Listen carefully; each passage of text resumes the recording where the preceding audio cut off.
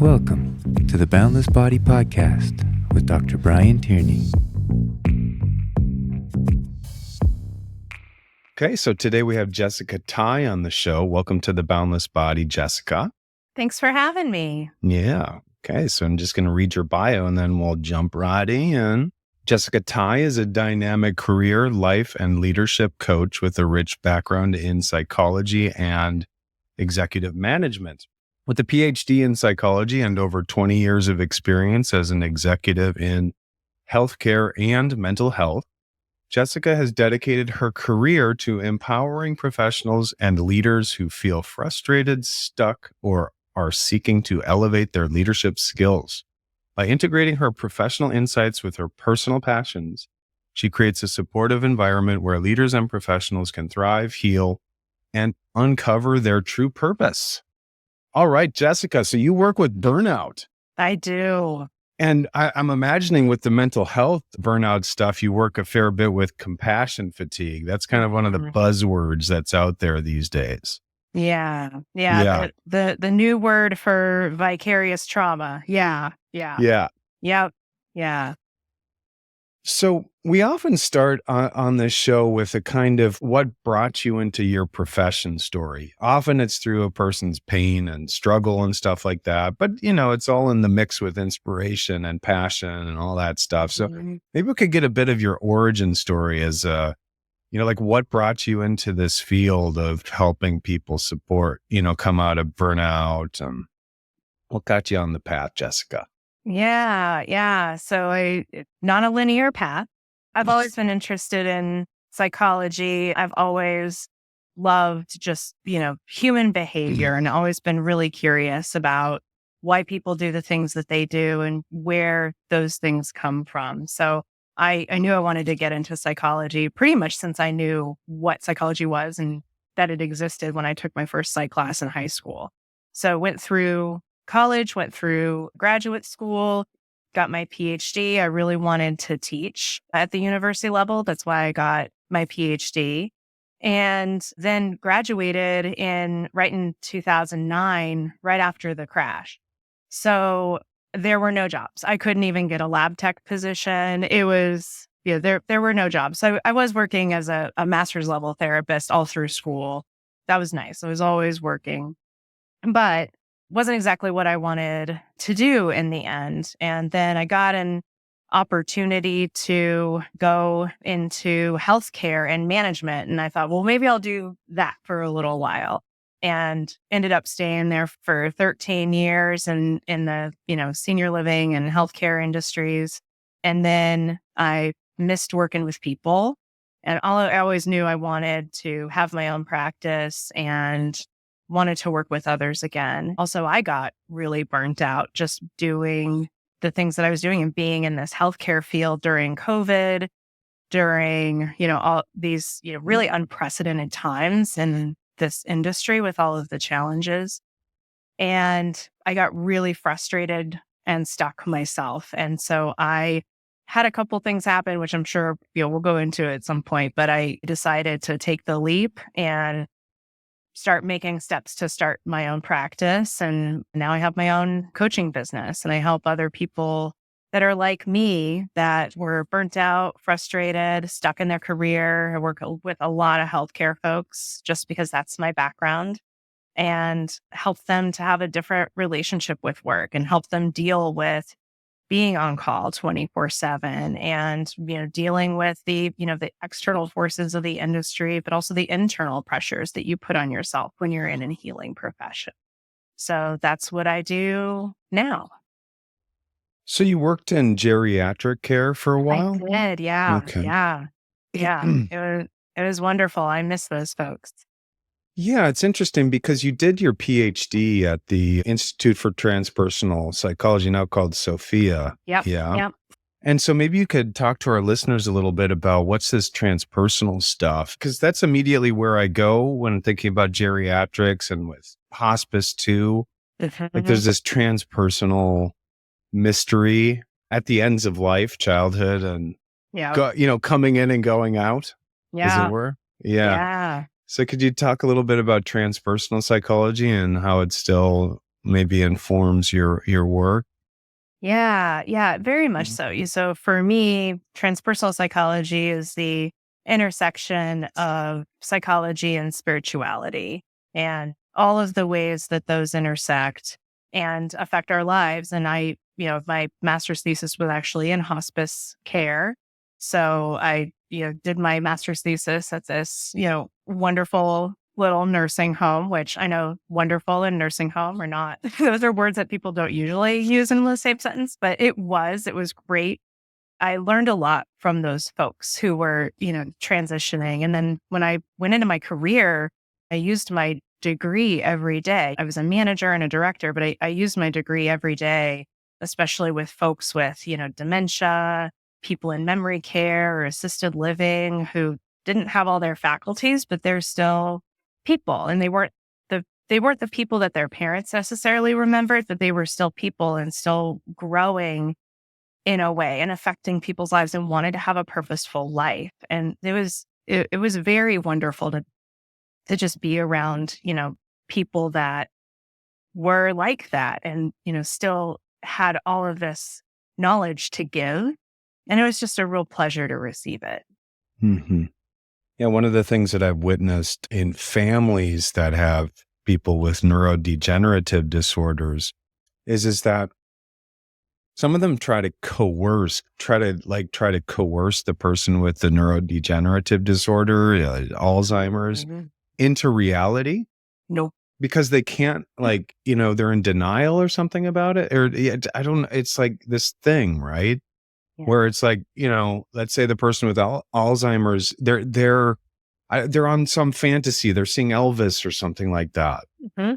And then the family gets into this weird enactment where they're trying to coerce the person back into reality and say, no, Elvis died or whatever. And get in this fight about reality. Have you seen that?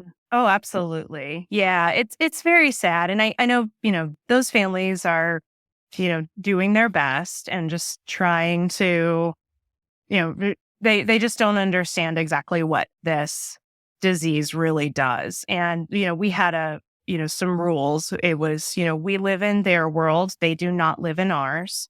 The Boundless Body podcast is brought to you by BiTap, the creators of a powerful bilateral stimulation tool for nervous system regulation. I use this tapping technology clinically because it's a wonderful, gentle, pulsatile, tactile stimulation that helps the brain to regulate experience. And what I mean by regulate experience is not just managing the bad stuff, but amplifying the good stuff. So these tappers aren't just used clinically, they're used in many different settings, including with frontline workers, people that have test anxiety, kids and parents, teachers and school counselors, people in addiction recovery, restless sleepers, and people that are struggling with pain management and medical issues. So the benefits are vast. You can go to the BiTap website to get your tappers to help with your nervous system, and you can enter the Brian10 code to get your discount. I hope you enjoy the show. I can tell you many stories. I had a resident that was in World War II in England during the Nazi bombings. And so she would suddenly be back there and would be hiding around corners and running away from us and be super scared. And she was that 5-year-old little girl again. And, so we had to basically put ourselves in that position and hide with her and we're going to be okay. And then, slowly bring her back into, and now it's time for lunch, or bingo. Or, that's the gift of, Alzheimer's and dementia is that it is very fleeting. Whatever that feeling is, you can get over it. You just have to be patient enough to go into their world and then, slowly redirect them back. And I have so many stories like that with folks. And it's just making sure that those families know that skill, that their lives really will be so much easier. And it would be so much easier for that patient too, if they can just understand, you're not living in you're living in their world. They're not living in yours anymore. Yeah. Yeah. In work with psychosis, there's, some similar lines of thought, Yeah. this kind of principle of joining. Mhm. In more mainstream psychiatric treatment, you get this kind of ideology where you're not supposed to feed the delusion. Mhm. Feed the Mhm. delusion, right? By entering Yes. into the delusion and feeding it. And fair enough, a fair enough idea, but I think there's much more power.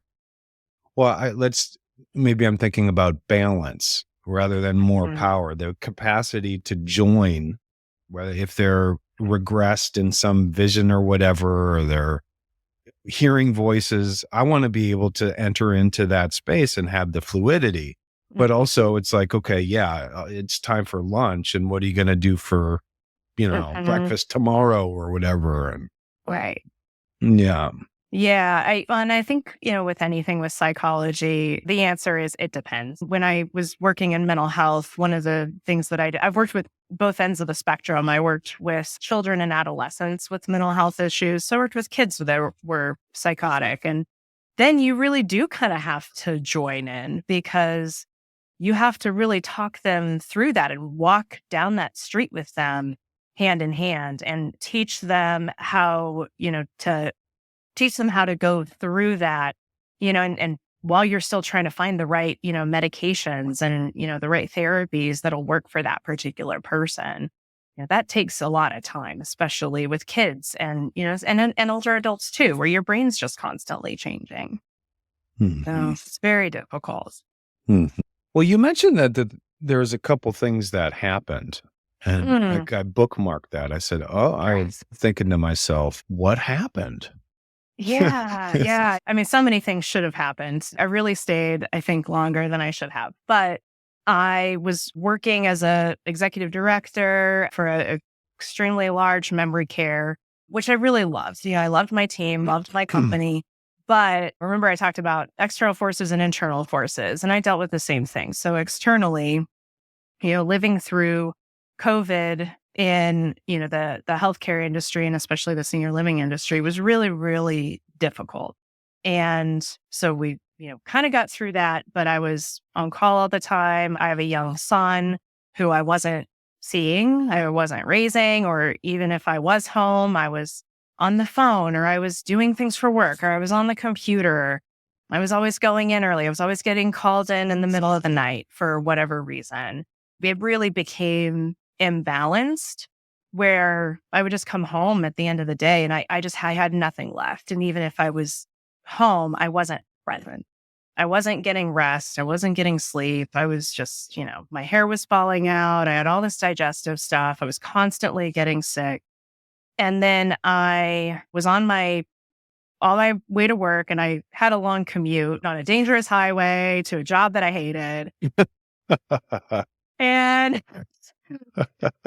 and I'm driving and I look over at this guy and he's in a HVAC van. Just this, typical HVAC repair guy. Never heard of the company, but he's singing in the car. And I just look over and he's so happy. And I'm just like, what does he do? I wonder how long it would take to get my HVAC license.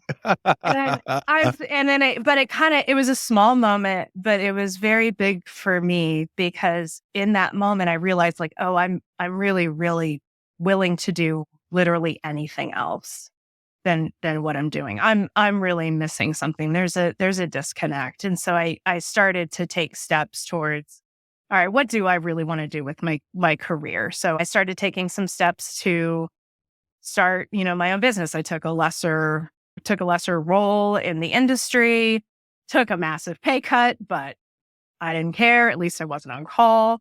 And I was able to find the time to, build my business. But while I was doing that, I got really, really sick. I got COVID for the third time and E. coli poisoning at the same time. And I was sick and just on the couch for 2 months. And I got so sick, I had to quit my job. I couldn't work. I couldn't speak for 2 weeks. It was it took me months to recover. And I think part of the reason that I got so sick is because I was so stressed out and so depleted and my body was already sick.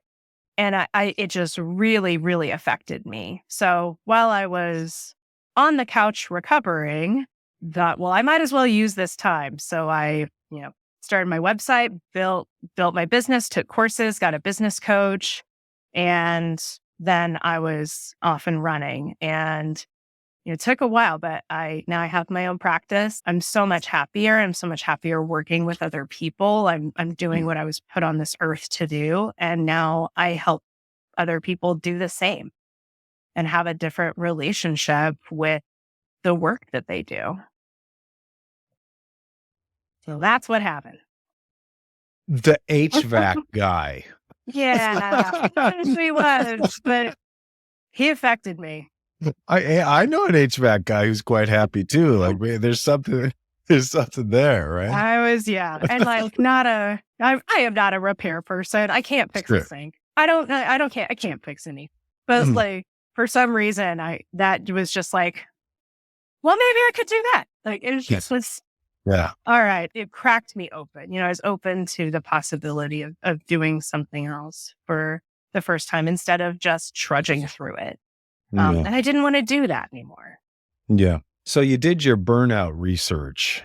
Mm-hmm. I did. Yeah. Well, yeah.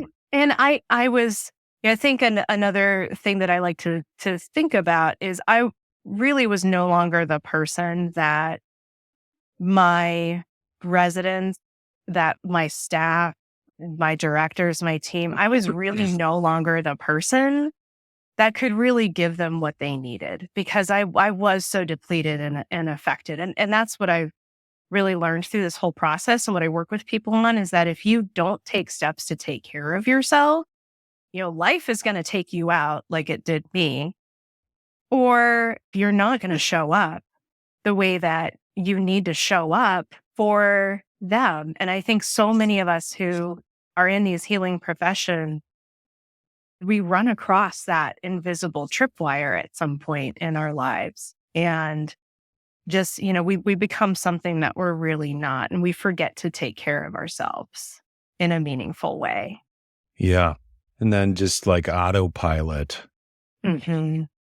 Autopilot towards the lands of adrenal fatigue, immunosuppression, just like there's so many forces, like I live in Silicon Valley, I treat a lot of people here in the Bay Area in Silicon Valley. And the thing that's becoming more and more prevalent is this productivity anxiety. Just this constant press to be productive, to grow. I think it's even, in the healing arts quite a bit, just this kind of press to constantly grow. Like our GDP could be constantly rising or something like that. When there's a time to just, to just be a blob. What about a place for blobbing? Yeah. Really rest and recharge. Yeah. One of the most important things that I teach my clients, and one of the first things I teach them actually, is how to really rest and recharge. So we always start with a dopamine detox, which is actually having your brain be bored. Literally teaching you how to be bored. Cut off all the super stimuli, the doom scrolling, the TV, the takeout, all of the, the hyper focus stuff that we all lean to. Doom scrolling while you're watching TV, like all of that, all of those things. You're really teaching yourself how to be bored because that's when our brain can actually rest. And then once you do that, your brain will choose other things that aren't necessarily as like super stimulating, like those stimuli, but things that you actually should be doing, like going for a walk, like playing with your children. All of a sudden those things are not tasks to be done, but they can actually bring you joy. So I really think that resting and really recharging and doing it differently is so important. And it's really the first step towards really resting, making sure that your brain's actually getting the nutrition that it needs, your body's getting the nutrition it needs. and that you're actually resting. Because when we're scrolling, you're not resting. You know, Mhm. you're still stimulating your brain, and it's not good for us to be stimulated like that all the time. We have to rest. Yeah. Just thinking about some of our great ape cousins, going to the zoo or whatever, and just seeing a Yeah. gorilla just pick up a blade of grass or something, and just looking around and maybe making some sounds periodically, and then just going over to the other tree over there. And, Mhm. it's not heavily task focused, and we can just Yeah. get hyper focused on tasks and hyper focused on, yeah, as you said, the dopamine hits. Yep. What got you interested in doing these dopamine detoxes? Oh, I got it. That was part of my recovery. So when I was, sick on the couch, I decided to start my business, but I also decided, all right, I am going to heal my body and I'm going to recover. And so I literally did it like it was my job. I went to healers. I had a homeopathic doctor. I had a functional medicine doctor. I was doing meditations. I was doing sound baths. I was journaling. I mean, I was doing the whole thing. And the dopamine detox was a huge part of that because I was really focused on, I knew my adrenals were shot. I knew that there were all these things going on. And that was really a part of my own healing, and pretty quickly, like all of a sudden, my hair wasn't falling out anymore. And now the ridges in my nails are gone. And I was actually drinking enough water and eating, on a normal diet, not just, grabbing a granola bar or frozen breakfast burrito because I didn't have time. And, I only had 2 hours of sleep, but we got to go because I got a call. Mhm. It affects every aspect of your life. And so that was how I discovered it, and I still do it. So I still have a dopamine detox as a part of my regular practice. And I kind of do an intermittent fasting with it where like I spend 1 to 2 hours a day with nothing, just straight downtime, being bored, not doing the to-do list, turning the phone off, turning the TV off, no screens, maybe reading a book, just letting myself rest. And that's made a huge difference in my life. So, and it does for my clients too. They love it. And when I do trainings for staff, like for agencies and things like that, that's the one thing that I talk about it in my talk. And they're like, we want you to come back and do a training on this. We need this handout. We need to know more about it. And it is so effective. What's the structure that you use with your folks? Do you Mhm. work with a general structure for the detox? Yeah, I do. So I have a list of do's and don'ts. Mhm. And basically, if it's boring, it's in the yes column. And if it's not boring, it's in the no column. Come And on, it, meditation isn't boring. it's, Just watching the mind do what it does. yeah, right. Craving, aversion, craving, Yeah, aversion. yeah. And yeah, people listen, and especially if you're not used to it or you've never done meditation, you're not used to watching the leaves float down the river and not doing anything about it. Mm. You're not used to that. So, no screens, so no TV, no phone, no scrolling, no online shopping. A client tried to get away with that one time. So I put it on the list. Like, no, you can't. But I got to do this. No, you're not ordering from Amazon right now. You can read a book, preferably fiction, preferably not a mystery like nonfiction. Like I am a huge true crime fan. It's a vice of mine, but I don't do that during dopamine detox because it's just too stimulating. Yeah. Like, who is it? Um, so no rich foods. So just, kind of boring, bland foods, no eating out. So no takeout, nothing like that. So you can journal, you can read a nonfiction book, you can meditate, you can go for a walk. I have my clients not do super strenuous exercise because that can be too stimulating and blowing out your dopamine. So like just a non-strenuous workout, yoga, stretching, going for a walk. And I usually have them start for like a 24-hour period on a weekend and really feel it for 24 hours. And then you can start doing like the intermittent fasting, like 1 to 2 hours a day, and then do like maybe 1 day a month or 1 day every other week, where it's a 24-hour period on a weekend when you can actually let your brain rest. Mhm. So that's kind of the structure in a nutshell. Yeah, intermittent fasting. I'm a fan. I'm definitely a fan of fasting, intermittent fasting. Yeah. And so you are working with 18-6 or 6 or like what? Oh, I just kind of mean intermittent fasting in terms of dopamine.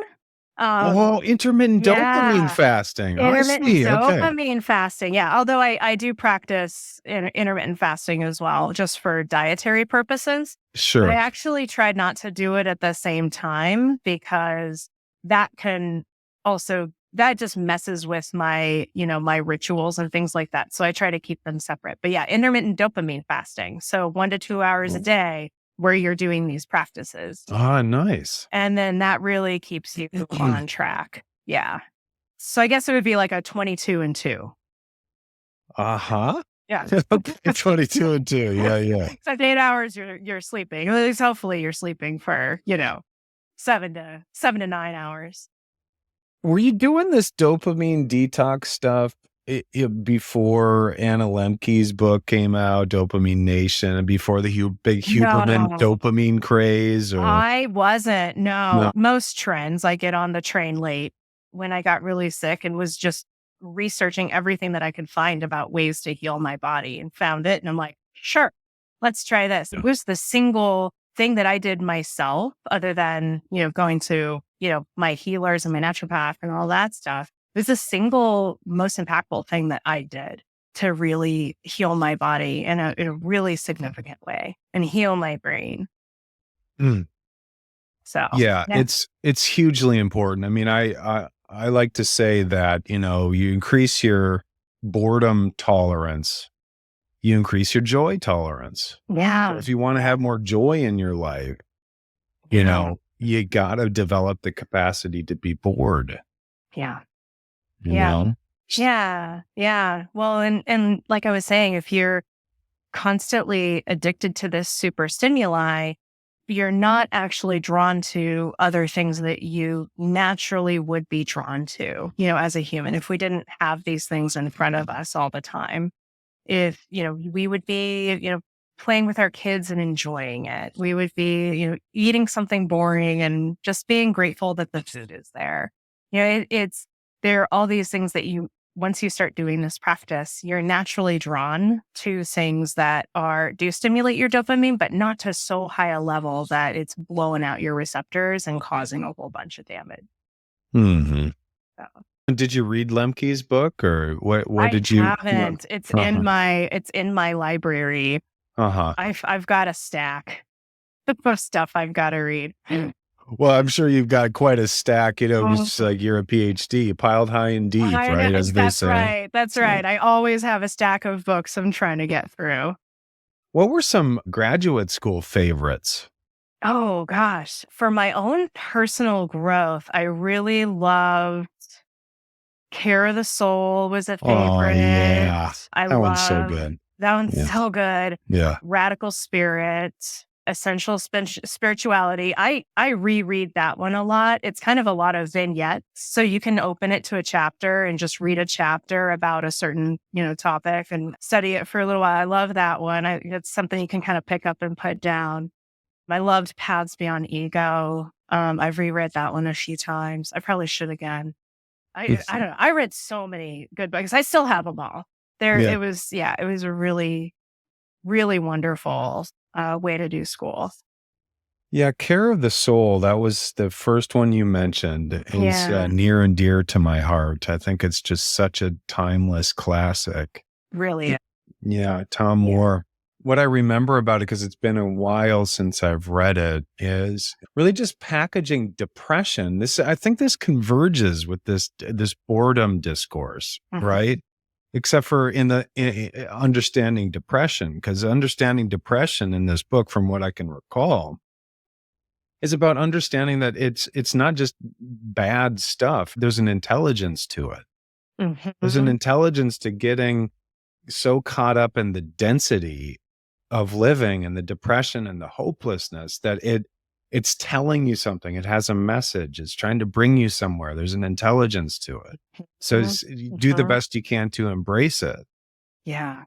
Yeah, absolutely. Well, and burnout is much the same way. I talk with my clients and in my classes that I teach on it.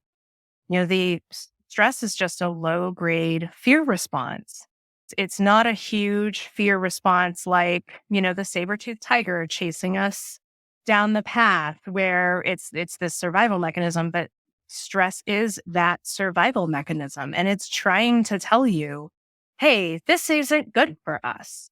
We can't do this long term, but we think of it as something that needs to be overcome, and we just sweep it under the rug, or we just push it aside and just say, you're annoying. I got work to do. I can't be stressed out. Why can't I just get over this? Why can't you just stop bothering me, instead of really embracing it and saying, oh, something's wrong and I can actually do something about it. I have time to make some different decisions here. We don't treat it like that, and we should, because it's serious stuff.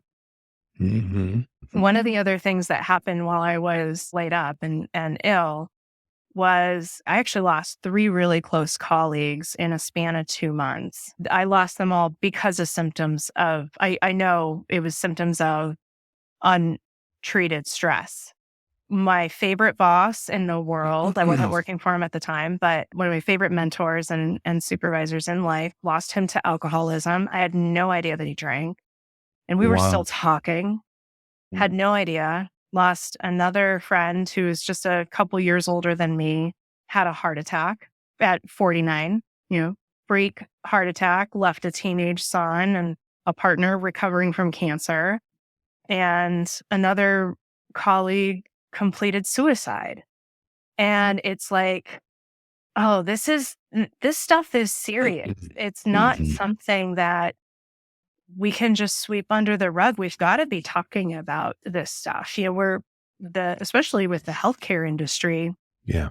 We've already got a shortage. We can't afford to lose people to another industry or another career, or to untreated to, death because of untreated stress. We can't keep doing this to ourselves.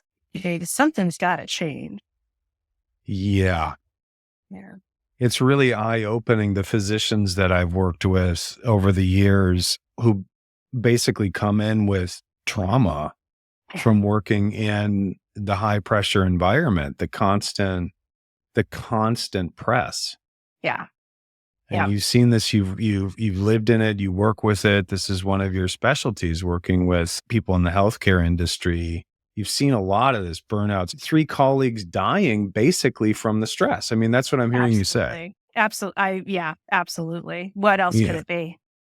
Yeah. Well, how do you identify the burnout? Give to our listeners, it's like, okay, how do you kind of take your pulse on the burnometer?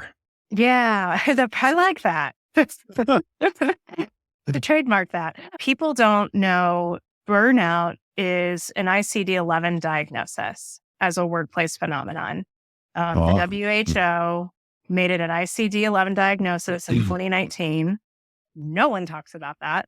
So we actually do know quite a bit about it. There's actually been a lot of research that went into that diagnosis, but there's 3 kinds. So there's energetic burnout, which is basically you're pouring in too much into your work and not getting enough back. So you're channeling so much energy into your work that regular rewards like, paycheck, bonuses, benefits, those are just not enough to compensate you for the energy that you're putting in. Then there's worn out burnout, which comes from external pressures. So you're working in an industry where the external pressure, like a lot of your physicians that you work with, I'm sure, have just all these external pressures, and it's too much. You're doing the work of 3 people. It's the industry, it's the culture or the organization, and you're just worn out. You can't do it anymore. And then there's actually under challenged burnout, which is you're in a career or a work environment where you're not challenged. It's like Milton from Office Space. You're not challenged. You're bored. It's not enough. You want to do something else. And so that's actually a form of burnout. So people usually come and work with me because they have the energetic burnout or the worn out burnout, or most likely a mix of the two. So those are the kinds of burnout. And that's what you look for. If your raise is coming up and you're like, whoop-de-doo, like I'm still working too hard. Whatever you're going to give me, it's not enough because I'm missing my kids' baseball games all the time. And okay, so what if I get benefits? I can get benefits everywhere. It's not enough because I'm putting so much in and I'm not getting enough back. If you're feeling like that, that's burnout. Mm-hmm. So that's what to look for. It's actually pretty simple to identify. Mm-hmm. Where does the compassion fatigue thing or the vicarious trauma thing, how does that fit into that map? Yeah. I think that can be a part of it and a part of that whole. So that's also putting so much effort and energy into caring about others that you're not caring for yourself, or you're not thinking about caring for yourself. It's a huge problem, and especially among, caregivers, people that are caring for, maybe older adults with dementia. I saw it a lot in spouses or children before they would, take their loved one to a senior living. They would have huge compassion fatigue. But any healer, anybody in the healing profession or health profession can experience that, where you're just channeling so much of yourself into your work and into caring for other people that you're not caring for yourself. You're neglecting yourself. You're working too many hours. You're not resting or not resting appropriately. You're not recharging your batteries. That's compassion fatigue. And it can also blow out your adrenals and, create all of these horrible stress responses in the body. And it does take time to heal. I suppose rescuer types are vulnerable to this type of burnout. Yeah, like a savior complex kind of a thing. Yeah. When somebody starts to cry in a room, let's say I'm teaching a group or I'm facilitating a group or something like that. There always seems to be somebody in the group when somebody starts crying, they're compelled to come close to that person that's suffering to like rescue them from their anxiety. But really it's about trying to regulate themselves. Right. Because it makes them go bonkers, makes their nervous system go bonkers when somebody else is suffering. So they have to kind of go and manage or do something with the suffering to get out of their own discomfort. Yeah. And that's something different. That is some personality traits and some behaviors that are, actually pretty selfish and narcissistic, because you're literally manipulating another person so that you can feel better. And that's something totally different. I don't work with those folks. But narcissistic burnout, because they're not going to be coming to therapy. Oh, no, there's nothing. I was going to say, if you have a savior complex, like you're right and everybody else is wrong. So they're actually really difficult to treat. And they're not calling us because they're fine. It's everybody else's problem. I have a small subset of my practice where I actually work with children who grew up with parents who had personality disorders like narcissism or borderline personality disorder. So children of parents that had mental illness. I have a small subset of my practice where I work with folks who have dealt with that. So, interesting. Yeah. Interesting. Yeah. I'm wondering if you could pluck a random case from that and just kind of take us through and just teach the audience, give us an example of, what are the consequences of growing up with somebody with a personality disorder? We use a pseudonym, of course. Yeah. My favorite client right now, we'll call her Sarah. Sarah actually came to me because I was giving a talk on burnout and work-life balance. And I don't know what it was that I said, but she came up to me after the talk and said, my mom has diagnosed narcissistic personality disorder. And something you said triggered me to come and talk to you about it. Like, can you work with me? Like, can you help me? Because she'd been through therapy. She'd done a lot of work, does a lot of self-care, does a lot of, she does all the right things, but she still has these maladaptive behaviors from her childhood, these survival skills that, really worked well when she was being raised by a mom who who was treating her the way she was treating her. And she was in this extremely abusive environment. But it doesn't work when you're in the real world, and those coping skills and those survival skills no longer work. And she'd kind of been through therapy before. So she's like, can you help me?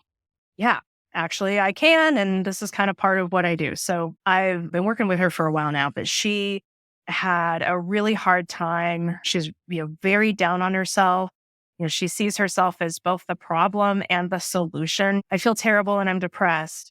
I got to get myself out of it. Or, this happened at work and it's all my fault, but I've got to do something about it. That constant ping pong, which is what it's like to grow up in that environment. No matter what you do, you are both the problem and the solution. And as a child, you have to navigate that, and you have to be the person that your parent wants you to be at any given time. Otherwise, it's not good. And it, turns over into, abuse. So, she learned all these skills. So we've really been able to go through the way that she thinks about things, her automatic thoughts, the way she ruminates about certain things. We've definitely done the dopamine detox, really working through how those thoughts actually take her down these paths that are just really maladaptive, and actually going through and trudging new neural pathways in the brain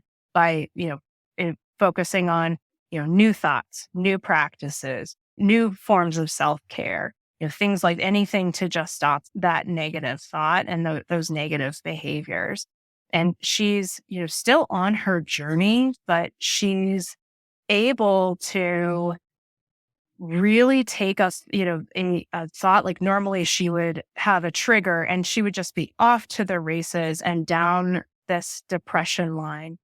And, you just go down this huge, rumination about how terrible she is for days and just be stuck in bed. And now she's able to actually see that she's going down that path, and she's able to stop herself before she gets there. And she's able to bring herself back, and all right, let's do a reality check and let's go down a different path. And she's starting to be able to do that. And it's so brave of her to do this. And she's, still working a lot with, what does her family look like from this point? And do I have contact and do I not? We're working through all of that messiness. But the fact that she's actually able to stop herself from going down these negative paths is it's huge for her. She's never been able to do that before. She's on her way, and on her way to recovery. I'm so proud of her. That's so heartwarming. Yeah. I love hearing the word brave. Mm-hmm. Yeah, the way that you used it just then was really lovely. What about to be brave? I think it's an essential component of healing. I was thinking to myself, braving boredom would be an important thing in terms of growing and healing and having more joy in one's life. I guess one has to brave boredom a bit more. Mm-hmm. Yeah. New is scary. We don't like new. Humans love routine, and we love easy and the path of least resistance, but it's not necessarily the one that takes us to where we actually want to go.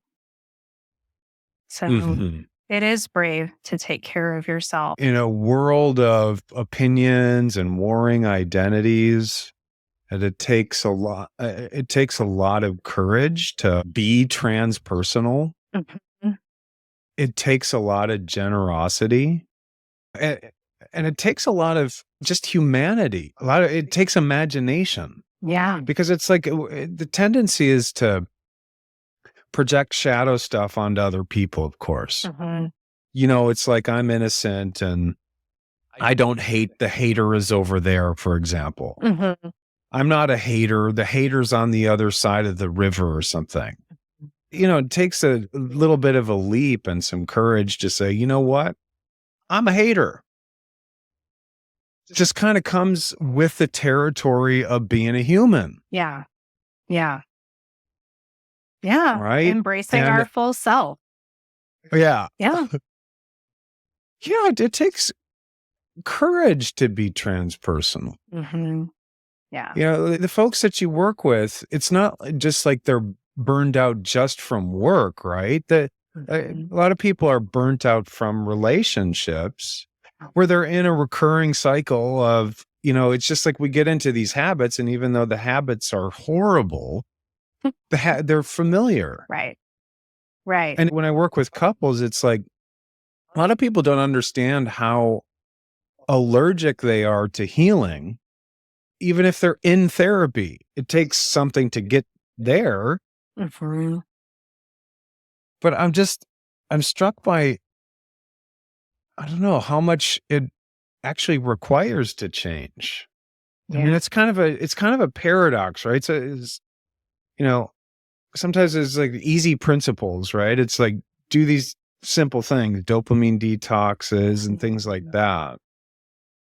But then there's also deep structural change that needs to happen in a person's life that can take years. Yeah. Yeah. Lots of courage. Yeah. The type of courage that you're talking about with this case. Yeah. Yeah. Absolutely. Absolutely. It does. There are some things that I think we all like those healing stories that are all kind of tied up in a nice little bow.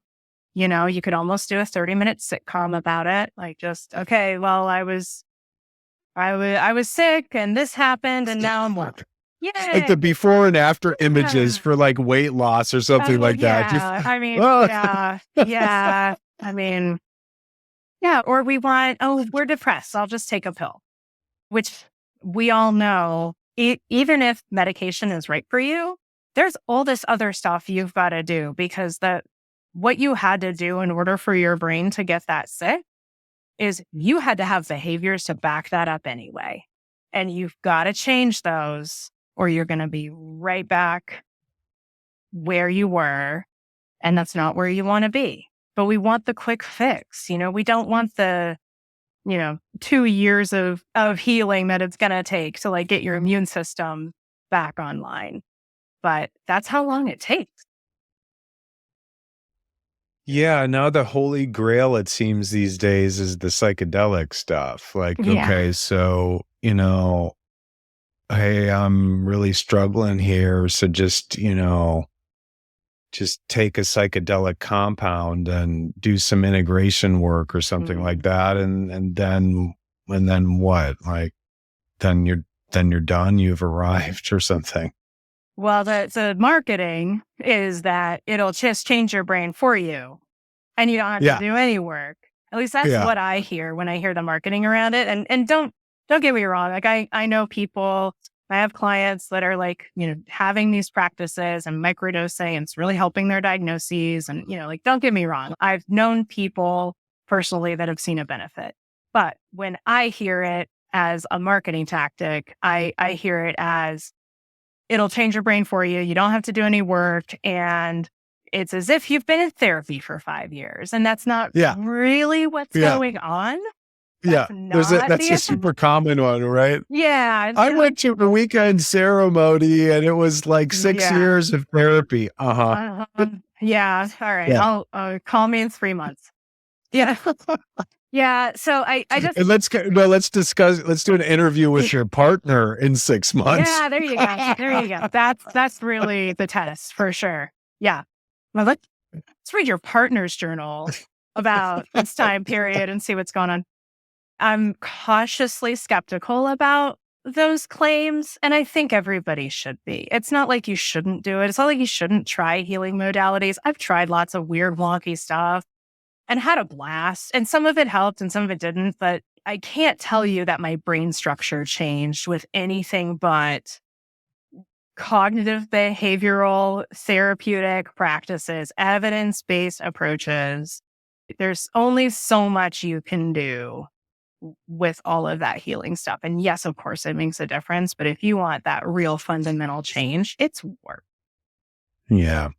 So, Yeah. Somebody once said, this phrase has always stuck with me. It's easier to behave your way into a new way of thinking than to think yourself into a new way of behaving. absolutely. Yeah. Yeah. And easiest is probably not the right word there. Yeah. It's Yeah. It's the lesser of the two evils, or however you want to say it. Yeah. You're still climbing a mountain. yeah. It's just, you want to use a rope or you want to free climb? Maybe is a good analogy. In your bullet points about topics that we have here in front of us, you have the bullet point of the hidden gift of stress, embracing and overcoming it. What's the hidden gift of stress? Yeah. We talked about it a little bit already. So, the hidden gift is that your body is trying to take care of you, whether you're trying to take care of it or not. And stress is that signal. It's that canary in the coal mine to say, hey, it's not good for you to do this to yourself all of the time. Something's wrong. Something's not good for us. And I think that's the gift. So instead of ignoring it or treating it as something annoying, we really need to embrace it and treat it with the respect that it deserves. We need to say, okay, I'm stressed out, so therefore something's wrong. Let's take a look at that. Am I working too much? Am I not resting enough? Am I not resting in the right way? Am I not doing the things that we need to do? What am I not taking care of? What's wrong? Am I in the wrong career? Is my family life not on track? Is my spirit life not on track? What is it that is creating the opportunity for this stress response to present itself? Because it wouldn't be here if there wasn't a reason. And so that's really the hidden gift, is that it's good that you're having a stress response, because it's not normal. It's not normal to work 90 hours a week and feel okay about it. That's not normal. I worry about those people. But if you're bothered by that, if you're bothered by the fact that your life's imbalanced, that's a good thing. That means you have time to assess your resources, your options, make a plan, execute the plan. And that's what I do with people.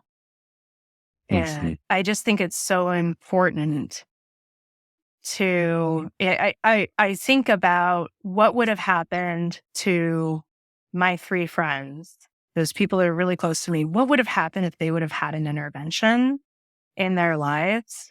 Would they still be here? I can't help but think about that. Yeah, what you just said reminds me a lot of what this great Thomas More work. Yeah. Yeah. It's like there's a lot of gifts are wrapped in shit. Yeah. Yeah. Yeah. Yeah. And it's like, if you can understand the shit that you're in, and just sometimes it's by letting it hurt the way that it does. Yeah. You know what I mean? Oh, yeah. Just like finding a way to make life hurt more. It's a paradoxical idea. But it's a paradoxical idea to say that you need to embrace boredom, right? Well, sometimes it's about, letting life hurt more so that you can feel more joy too, right? Yeah. Or just, there's that equation. I learned this at ITP. It's, the equation S equals P multiplied by R. Suffering equals pain multiplied by resistance. If we just felt the pain, maybe we actually wouldn't suffer as much, but we're so resistant to it. We fight it so much. We don't want reality to be what it is. And we fight it so much that it creates this unnecessary suffering. And if we actually just let that pain in and really embrace it and work with it, then would we heal faster, more effectively, or without some of these things that we don't want, like, medications and things like that? Can we heal more naturally and easier? Can we actually help ourselves? I love that equation. It's so true. And I'm not the best at it either. I'm human. I try to remember. Be like, oh yeah, this is stress. Oh yeah, this is painful. Let me just sit with this and journal with it for a couple hours and see how I feel on the other side. Yeah, it's great. I mean, it's the question of humility is an important question. Like what is humility without humility being an ideal? Yeah. To kind of shape one's identity around and stake one's claim as a humble human, because things can go wrong with humility in that way. And one has identity with it. It's not really humble anymore to stake one's claim and humility, right? Yeah, that wonderful term of spiritual bypassing is what I think of when you say that. Yeah. Yeah.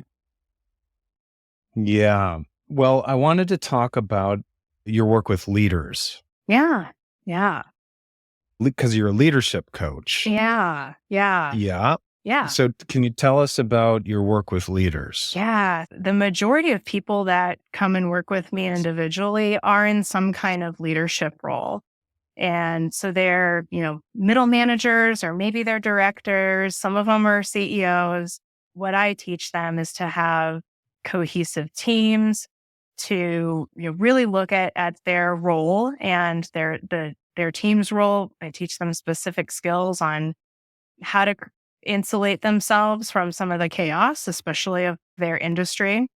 Like I said, I work with a lot of healthcare folks, and a lot of times, people think that you can't do anything because it's just the industry or it's just the culture. And there are some things that people can do to have a different relationship to their team, to their work, to find more time in their day, and to decrease burnout, build resilience for themselves and their team members, and, really have a different kind of experience within their role.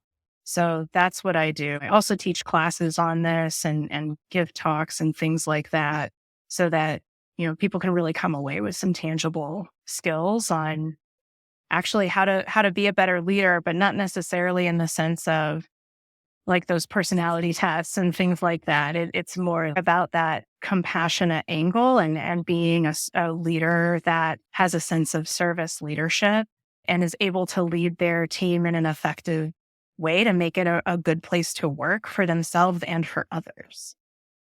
So that's what I do. Yeah. So emotional intelligence, it's becoming more, I guess, mainstream in the sense of, leaders in the know out there in the world cultivate it. It's not completely mainstream. Yeah. A lot of folks somehow think that being emotionally sensitive is going to make them less effective rather than more effective. Yeah. I work with a lot of guys, a lot of software engineers, and they still think if they get in touch with their grief, they're going to become a pathetic blob or something like that. And they're never going to be able to come out of it. Yep. S equals P multiplies I. It works. Yeah, no, I think that's the rub, and that's the difficulty, I think, for leaders, because our culture at work, in any workplace, right now, I think our culture is, you've got to be tough, and you've got to, the compassion's kind of coming and emotional intelligence comes at the end of the list for a lot of leaders.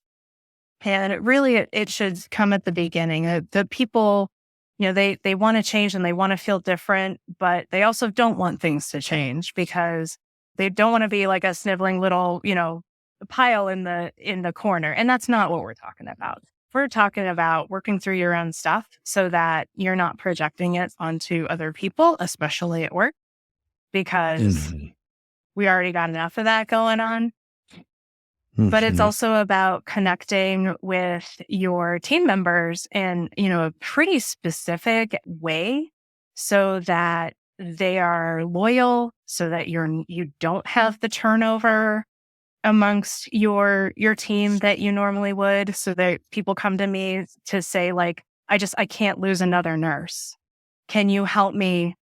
I have to keep my nurse. I have to keep these nurses. I can't lose them because we have a nursing shortage, especially in my area.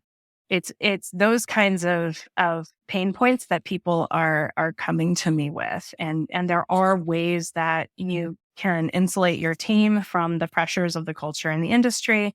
There are ways to insulate yourself. There are ways to find more balance and, not be like me and not want to like jump on the back of the HVAC truck and just like head for the hills.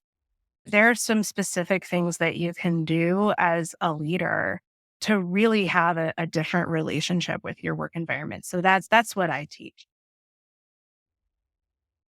Cool. Yeah. Can you offer a couple of these specific things? Maybe we could talk about another case. Could you have an example working with a leader in the healthcare industry, for example? Yeah. That'd be a cool example if you could pluck one of those. Yeah. So another one of my favorite clients, Amy, is a kind of a middle manager. She is a director in her healthcare, a very large healthcare facility. And she is kind of a director of directors. So she's got a small team underneath her. She's directing other directors. So she really has a staff of, about, I think it's 40 to 50 people once you include everybody. But her direct reports are this team of 4 directors. And I was given a training at her facility, and she came up to me and she's like, I've known it's been time to work with somebody for a while. Like, can you work with me? And we started working together. And she was a person who was really thrust into this role. Like, she had other supervisory level things before, but she took on this, new challenge. And they kind of threw her the keys to her office and said, good luck. And, had no training. And so she's at this leadership level where she's really never been before.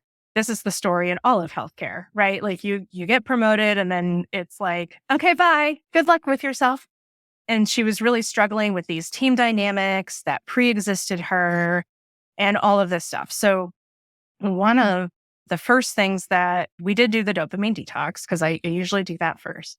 But then we actually worked with, there's some communication tools that I teach, and it's really laying out for your team what your actual preferences are. And I work with the leader. You worked with Amy. We created a document and she gave it to her team, and it's called pluses and minuses. And this actually isn't my skill. I don't know where it comes from. I learned it from one of my mentors. I cannot give a proper citation, so I apologize for that. So if anybody out there has the proper citation where this came from, I don't know, please email me. I'm happy to give credit where credit's due, but it's not mine. But it's pluses and minuses. And it's just this concept that we all give pluses and minuses at work. Like you do something, and to your boss, that's a plus. Or you do something and to your boss, that's a minus. So basically what this does is goes through Amy's leadership style and says, this is how you get a plus and this is how you get a minus. And so like on hers, she has, hey, we have an adult to adult relationship. We don't have an adult to child relationship. Like we're adults. We just have different roles. There's a different hierarchy.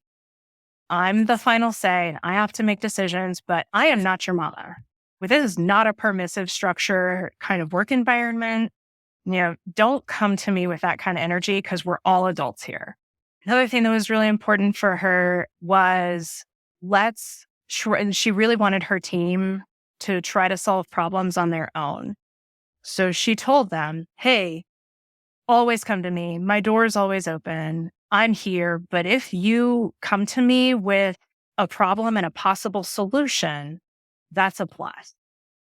If you come to me and with a dynamic with another person on our team, but you've tried to solve it yourself, that's a plus. And then come to me. So we created this structure, and there were a lot of things on the list and ways that, she communicates. She was getting a lot of calls after hours. And so she kind of set some boundaries around, hey, when you call me, make sure it's an actual emergency between the hours of 7 p.m. and 7 a.m. Like you want to views on fire kind of a thing. Like don't call me about work stuff. Yeah, that's not cool. And just, and it's a healthcare facility, so it's 24/7. So of course there's, certain on-call procedures, but she was getting all sorts of weird notifications that, she didn't need to get. And then she wasn't resting and recharging. It's hard to describe, but we took this structure and now she was thinking she was going to fire a member of her team. They've actually done really well and they're no longer on a performance improvement plan. And it was really all about changing the dynamics of the way that this team was working together. They just were not working together effectively. They were kind of all just in their own little silos. She's able to actually cancel meetings or not have as many meetings, not have as many one-on-ones. That frees up more time in her day. She's going into the office later. She's coming home earlier. So just by changing the dynamics of that team, it really helps also create more time in her day. And she's much happier. She's able to do things with her family that she has never been able to do before. Her son's getting ready to graduate high school. And she's like, I can't miss this last year. I don't want to work like I did last year. I can't miss it. I can't miss his baseball games. I can't miss his basketball games. I don't want to do that. And now she feels like she can leave this team and actually go to her son's basketball game. And she wasn't able to do that before she started working with me. So that's an example of they're small skills, but they're very powerful once you enact them. And it has this domino effect of really creating a better life for the leader and the people underneath them and their team. Mm-hmm. So, awesome. Yeah. With the pluses and minuses thing, you also mentioned parent to child interaction. So I'm wondering, I know that there's transactional analysis in there. Do you think the plus and minus thing comes from transactional analysis, or you just threw in the transactional analysis, or you don't know? I don't know. It is very transactional. It's a very simple way to, describe some complicated dynamics. And I liked it. I liked how it was described to me. I kept doing it because that's a way to talk about it where the leader doesn't necessarily need to know all the ins and outs about these dynamics or, psychiatrically what's going on. So you don't need to know all that stuff. It's just like, you walk by your boss's office and you think, and they have a look on their face and you think you're getting promoted or fired. Like we all do this, right? Like we all have these dynamics, and that means you've got like an adult-child relationship going on with your boss. Like you should be able to, have these interactions. And maybe a good way to say it is assigning the proper meaning to those interactions. And I think at work, we make things way more complicated than we need to, but that was just a really clean way of putting it. Like, look, here, you want to impress your boss? Here's how. Hey, you want to know how I work? Here's how I work. Here's what's important to me as a leader. And it's all laid out for that employee. And I remember when one of my mentors gave it to me, I was like, this is great. This is perfect. Now I know exactly how this person works. I know exactly what they think. Of course, there's a lot of nuance and, there's obviously, you're in a relationship with this person, a working relationship, and there's stuff to be figured out. But at least I knew exactly what they wanted and exactly how to get there and how they wanted to communicate. It was a huge gift. Mm-hmm. Well, since we said it a couple times and we're talking about some of the concepts behind and in transactional analysis, can you give the audience the map for like, what is it? What is that? Because it's like 70s and 80s, I believe, that it was popular. Yeah. It's kind of old school. I think it's still relevant though. So, oh, for sure. Yeah, 100%. I think it was super relevant. Yeah. Let me maybe give an example of another client. I think that what was really important with this other client, I'm running out of girls' names. I work with men too, but I work mostly with women. How about Karen? Karen. Poor Karen. Poor Karen. I mean, gosh, Karen- why? Karen has complex PTSD about being Karen. Poor Karen. Poor Karen. Yeah, I know, right? There's got to be a therapist out there who their marketing shtick is I treat Karen. And if they don't, that's gold. Maybe I can pick up that mantle. There you go. There you go. I'll be Yeah, a- it's like a, I specialize in Karens. new program, everybody. I know. Got a new 12-week seminar. Yeah. So the way I like to think about transactional analysis is, it's, kind of quid pro quo. It's all right. This is equivalent to that. And that, this behavior is equivalent to this behavior. This thought is equivalent to this, or this is going to lead to this. And I think we thought about psychology, a lot like that in the 70s and 80s, when we really thought we had everything figured out and there was nothing more to learn. And it was before spectrum, theory, where it was before things were either black or they were white. It wasn't like we think of it now, where everything's on a spectrum and it's just where you land on a spectrum. Every assessment was a bunch of check boxes and points. And, if you landed in, this many points, you were this. But if you were one more, you were this. I feel like all of that was kind of wrapped up in that era. Now we know that it's not necessarily like that. There is this spectrum, but I feel like human behavior, we really fall into that transactional portion in our behavior. We really, when we're talking about healing, when we're talking about bettering ourselves, we really think like, okay, I'm going to put this energy in and I'm going to get this thing out. And that's not exactly how it works. And then we get frustrated and it's kind of a resentment waiting to happen. Just zooming out a little bit really helps with that. I think just making sure that we're, again, assigning the proper meaning to things. Sometimes you've got to try different things in order to heal your body or heal yourself, or finding the right therapy, or, you need to try the things in your relationship in order to make it work. But it doesn't necessarily mean you're going to get this for that. It's just about controlling your energy in a specific way. I kind of went on a tangent there, but yeah. So in the model, you had these three categories, like a topography, where you have the adult, the parent, and the child. Yeah. This is transactional analysis, right? And you have cross transactions, parallel transactions. So you could have parent to parent in the common everyday domestic squabbles and power struggles that you find every day in every household on planet Earth, right? Right. Power struggles, parent to parent, the kind of clash of like, okay, we're in a relationship and I'm telling you what you should be doing and basically trying to make a clone of myself. Right. By kind of coercing you into how you should look at things, which is my way of looking at things. Right. That's a parent to parent. It's like planet Earth, the squabbles on the wars on planet Earth. One way of thinking about it all is people trying to propagate their parenting style, basically. Yeah. And their identity, their superior identity. Right. Or their superior opinion. And then often instead of parent to parent, it's parent to child, right? Where it's like, I'm going to treat you like you're a child because there's this dynamic amongst therapists that I call compulsive reframing. Oh. Have you ever met any compulsive reframers, Jesseca? Yes. Yes, definitely. It's just annoying as all hell, right?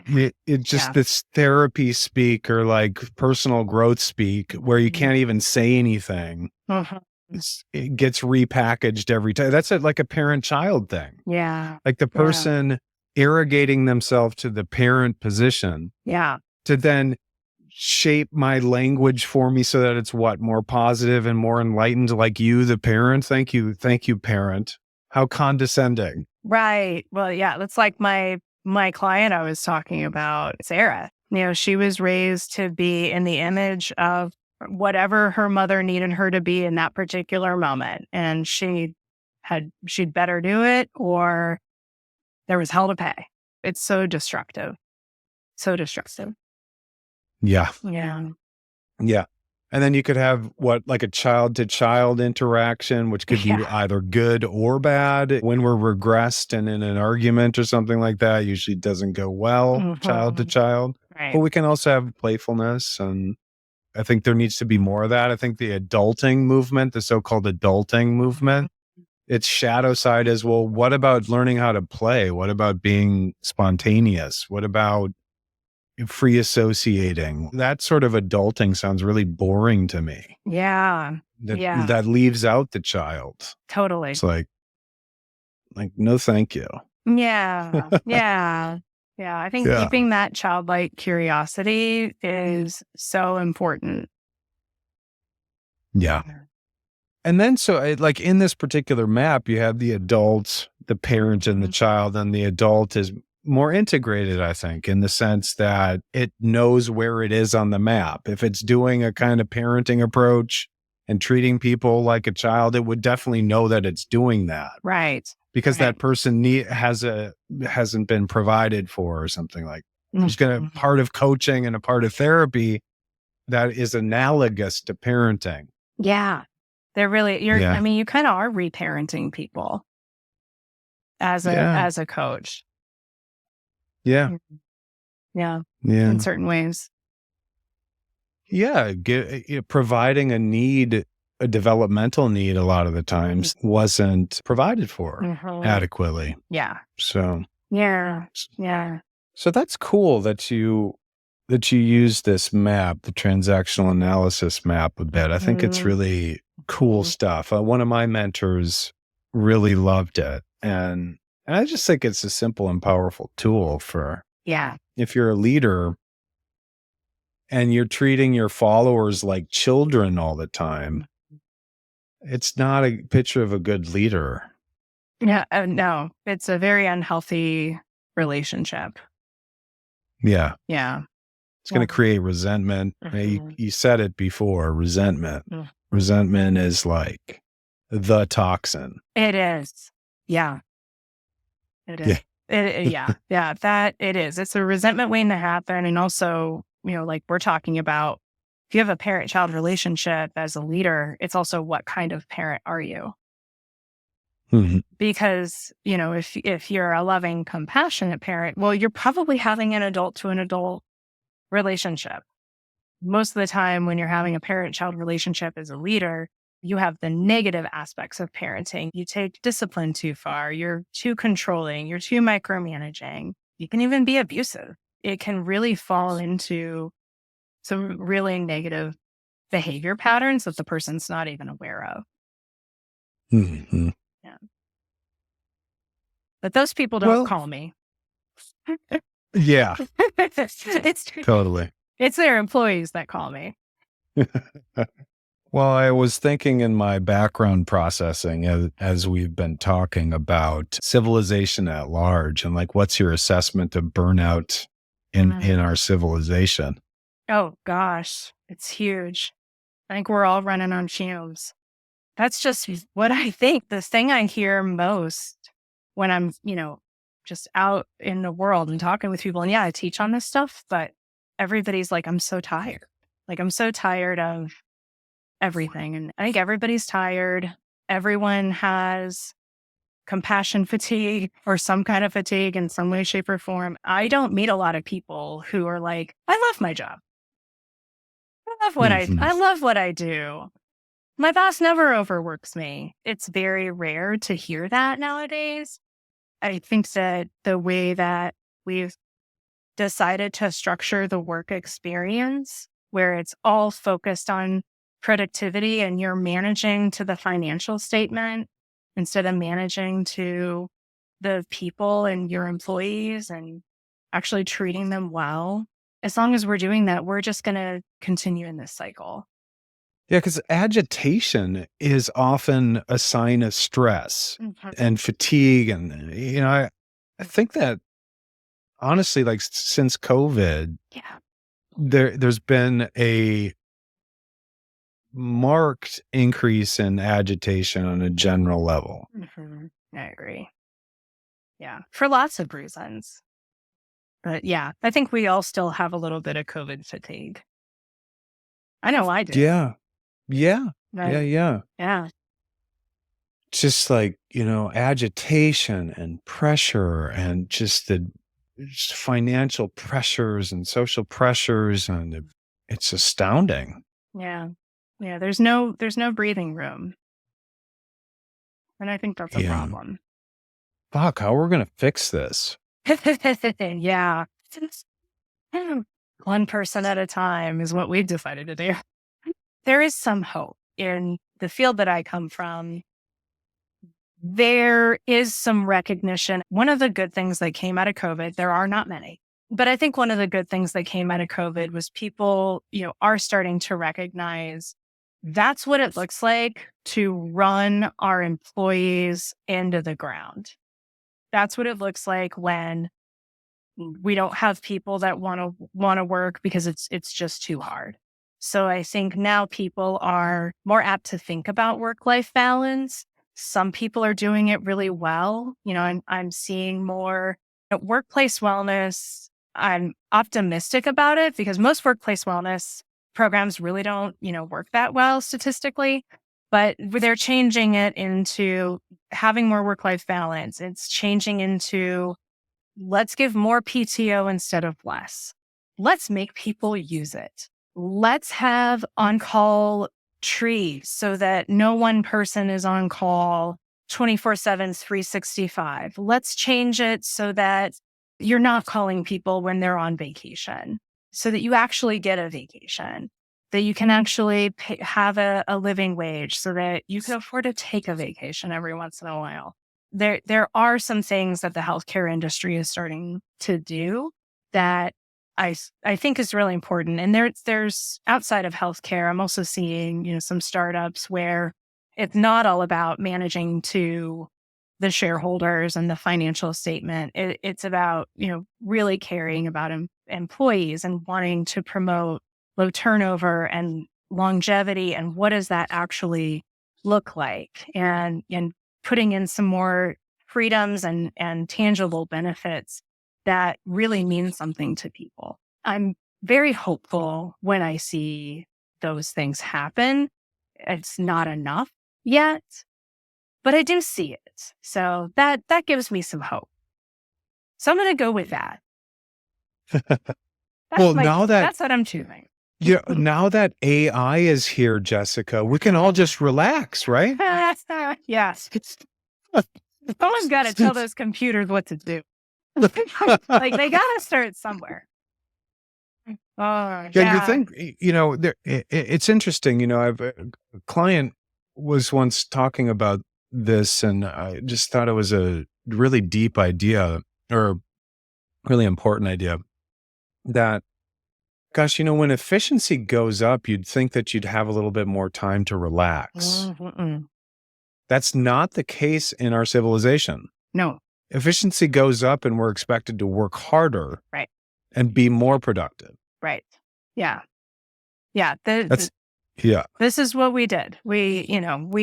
It's not just in our careers. This is what we did to housewives in the 50s. Like, oh, you have a microwave now, so the house should be spotless all the time. And you have a washing machine now. Quit complaining.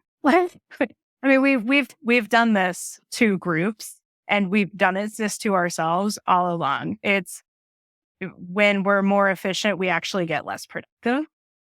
And this is why. And instead of looking at it as, okay, let's just take this space and what can we do with it? And looking at our resources. And, when you're talking about industries with human beings and their energy levels are your resource. So you've got to look at it and say, like, do we have enough resources to do this? Or do we need to hire an extra person? Or, you have these people who have been doing it for years. I've definitely helped companies who have these people retire, and they were doing the job of 3 people because they've done it since 1984. And what do you do? What do you do when they retire? Like, you got to replace them with 3 people. That's just the way that this works now. It's recognizing where those deficits are, it is very difficult, I think, for people when you're only looking at an Excel spreadsheet. And you're not actually looking at, the human aspect to what our work and career actually means and how we're actually doing this on a day-to-day basis. I think it's a mistake that a lot of companies make. Yeah. Well, this brings us to our final topic, which is self-care in a modern age. Yeah. Yeah. We've been talking about that kind of all along. Yeah. Yeah. I think it's a good way of tying a bow on the conversation with Jesseca Tighe. Yeah. Yeah. And with a call to self-care. What is it? And we've mentioned some things like, increasing your boredom tolerance, doing the dopamine detox. These are simple and powerful self-care practices. What else could you say about self-care in this modern age? Yeah. What's coming to mind is, self-care is really just two things. The emotion or the mood that you want, which is usually positive. I want to be calmer. I want to be rested. I want to be recharged. So it's the emotion or the mood that you want, and then it's the action that it takes to get there. And what I work with my clients on is that it doesn't have to be these really huge changes. It can be very small things in order to get that mood. Like the dopamine detox. It's actually pretty simple. You're getting rid of stuff. You're not doing stuff for a long period of time. I think breath work is really important. I think, journaling and meditation is really important, especially when you've got all these ruminating thoughts rolling around in your head. It's one of the symptoms of burnout. It's really important, I think, to process those things, but it can be very simple. A lot of clients come to me, they want to feel better. They've Googled self-care, and you can read 10 articles and it'll say, change your diet and exercise 30 minutes a day. And so then they'll come to me and they'll be like, I've never been a runner, but I'm running every day and getting up at 5 a.m. And I just switched to being a vegan and I'm still all stressed out. And I'm like, stop doing that. Like, you're putting more stress on an already stressed system. Like if you run every day and you have for years and that's what you enjoy, and that it decreases your stress level, of course, keep doing it. Like go ahead, keep running every day. But you don't have to actually do those things if that's not what you're used to. Let's talk about what actually brings you joy. Let's talk about, what diet actually works for you. Let's talk about what you're actually wanting to get out of that, because it can be very, very simple. You don't have to put more stress on your system. It's actually going to aggravate your symptoms and going to get you further into this hole. So that would be my advice is, I think simple is more powerful. It's just really simplifying self-care. It's not just going for a massage, like those are great, but you can actually, get the same effect by some breath work, a journal, and a hot bath.